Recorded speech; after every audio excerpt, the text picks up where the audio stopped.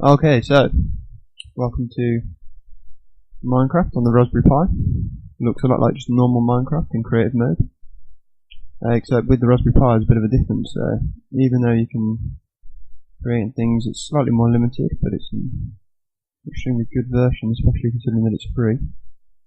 And it also allows you to, as well as just create and destroy things manually on here, it allows you to run a separate program on the Raspberry Pi itself, where you can write massive chunks of code, which in turn can build large chunks of blocks into Minecraft straight away, and whilst you're still in the game. So there we go, there's an example. Here's a house that I whipped up, it's nice and simple. Got windows, downstairs bare. Go up the stairs, we've got two little bedrooms, dividing walls. Not very exciting particularly, except for the fact that due to the flexibility that writing in code gives you, managed to encase some lava into the ceiling and put some glass underneath, just to provide a nice, looks a bit like a glowing light, I like to think, but it's lava. Now you can see that word house popping up on screen. That means that more houses are being built, because it wouldn't be a world with only one house. And as you can see, it can lag a little bit sometimes, but it's a credit card sized computer generating large chunks of code that in turn are generating large amount of blocks on Minecraft whilst I'm whizzing around playing it. So considering what it's doing, can't blame it for lagging slightly occasionally. So there we go, these houses are getting built around in a large square. There we go, around my little world here, and you can see it's clearing out anything in its path as it goes, because I've written that into the code. Now all of these houses are identical, same code, I've just changed the coordinates for each one, the absolute coordinates, which are obviously displayed in the top left corner of the screen up there. I don't know if you can see it. There we go, so these houses can come around until eventually it rejoins the first house. There it is. So now all these houses are built, they've all got front doors, they're all exactly the same on the inside, lava in the ceiling, 4 windows on each wall, and in order to connect the houses together, as this is supposed to be a world for a civilization, you need a road, so there we go. Generated a road to come down. And then of course you couldn't have all these people without some sort of law and order, so the next thing I decided to build.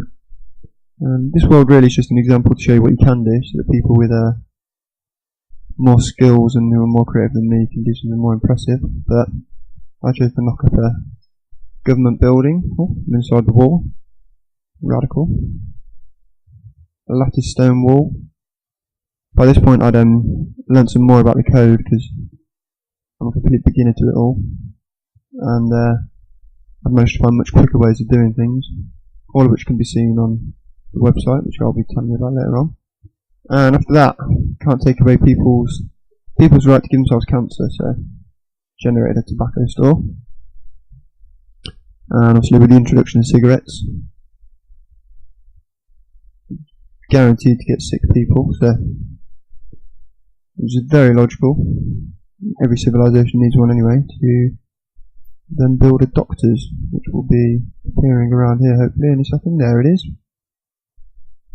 The flowers there left over from the ground above. So doctor's surgery, blank on the inside, but with a nice green cross on the roof. Show everyone that it's the doctor's, and people need something to do, so a sports venue is in order. Generated a football pitch, or soccer pitch as Americans would call it. This one appears to have a tree on the side. Very fancy. Oh, tree's now gone, because I thought the world could do with a visual wonder, and for the arty people to have something to do outside, so the wonder of the world. Sandstone pyramid, that's included. And then sticking to the outdoors theme, and giving the pretend citizens of this world, which is known as Timker 2, something to do, I built a park. And as if by magic, part of the park has a nice babbling brook and a natural spring, which runs into the words Timker 2, there's a lake below, nice grassy area. And that's about it for this world. A few things created to show you what's possible. I thought there was one more thing that should be included there, as every world should have one, and that was a giant square volcano, which I put in the corner over here, and it exponentially gets bigger. The sections do, sorry, as you go higher up. And if you look inside, bubbling away with lava, all very exciting. And I could get the volcano to do a massive eruption, but I haven't in this video. If it gets enough interest on the Facebook page, I'll put a vote up on there, and put an eruption on there. But I thought I could do a mini eruption in this video, and why not let the tobacco still burn itself down, as I'm not a massive fan. And there you go. Perfect world. Oh, not quite perfect world. Mini eruption at the end there. Better sent the tobacco store, so not too bothered about that. As you can see on the screen, more information at www.timkering.co.uk, where I've included the source code for the Python language on here, and more information for anyone who's interested about Minecraft Raspberry Pi Edition and how you go about hacking the X on new to it all, so I can give quite a good idea over to anyone else who wants to get into it of how to go about doing it. And as I mentioned earlier, through the website you can like the Facebook page, and I'll be putting a vote up on there, and if anyone wants to see this volcano erupt, if it gets enough interest in the Facebook page, I'll be writing a code and posting another video where it does. I'm also on Twitter at Timkering, where feel free to get in touch with me, and if you make your own version, or if you do anything to do with the Pi edition of Minecraft, then please let me know, be in touch, I'd love to hear from you. Thank you very much for watching. Until next time.